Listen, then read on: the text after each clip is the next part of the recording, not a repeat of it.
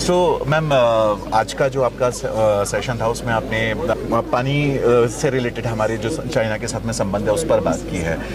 ये सब्जेक्ट कैसे इस Indo Tibetan interwoven roots of Indo Tibetan summit के ऊपर कैसे शेयर करता है, इसको कैसे इफेक्ट करता है, इससे क्या रेलेवेंस क्या है, ये मैं आपसे ठीक है। As a researcher, I work at the intersection of international relations, particularly strategy and water. So I'm combining basically two elements of strategy and water. And if you just try to understand water and what it is, water is flexible, water is adaptive. Similarly, if you look at strategy will only be successful when it's adaptive and when it's flexible. Water takes any form. A good strategy is something which really takes the form of the environment itself. So in that context, I think it's not just about sharing transboundary rivers, which is of course an issue of concern. And countries need to sit down on the table and put the points forward. Because if you really look at the global discourse on water, there are certain established principles, there are certain established conventions. But these norms, these principles are negotiated at the international level.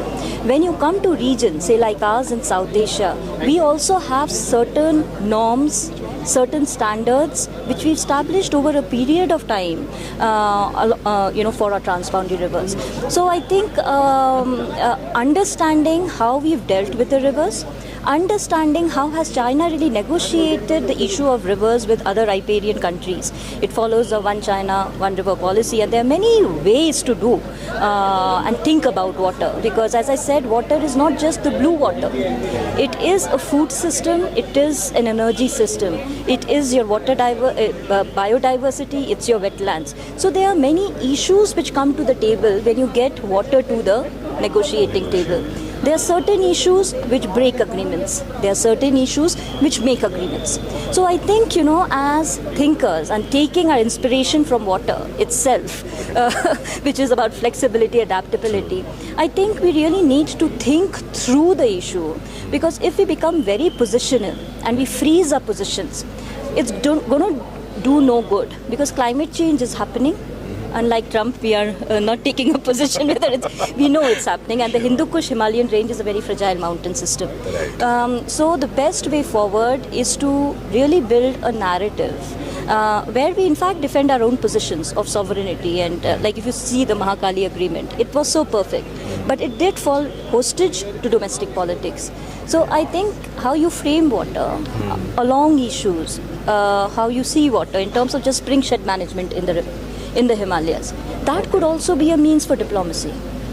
And so there are various ways. You don't necessarily have to talk about allocation of water in numeric terms. That's a very arithmetic, numerical understanding of water.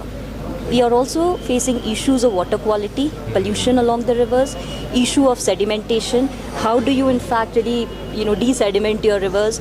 These are things for which the countries have to come together and talk about it.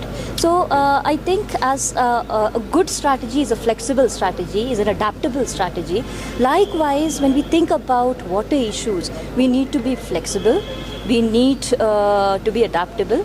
And I think as the main theme of the conference ran through, not being really parochial in our interest. And when we're talking about the Buddhist philosophy, the whole idea about dependent origination is about recognizing that we live in an ecosystem where water should not just be looked as a resource to be exploited, but it is a source for life itself.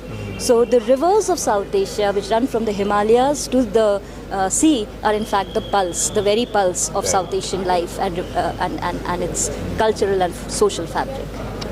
Thank you, ma'am. Thank you so very much.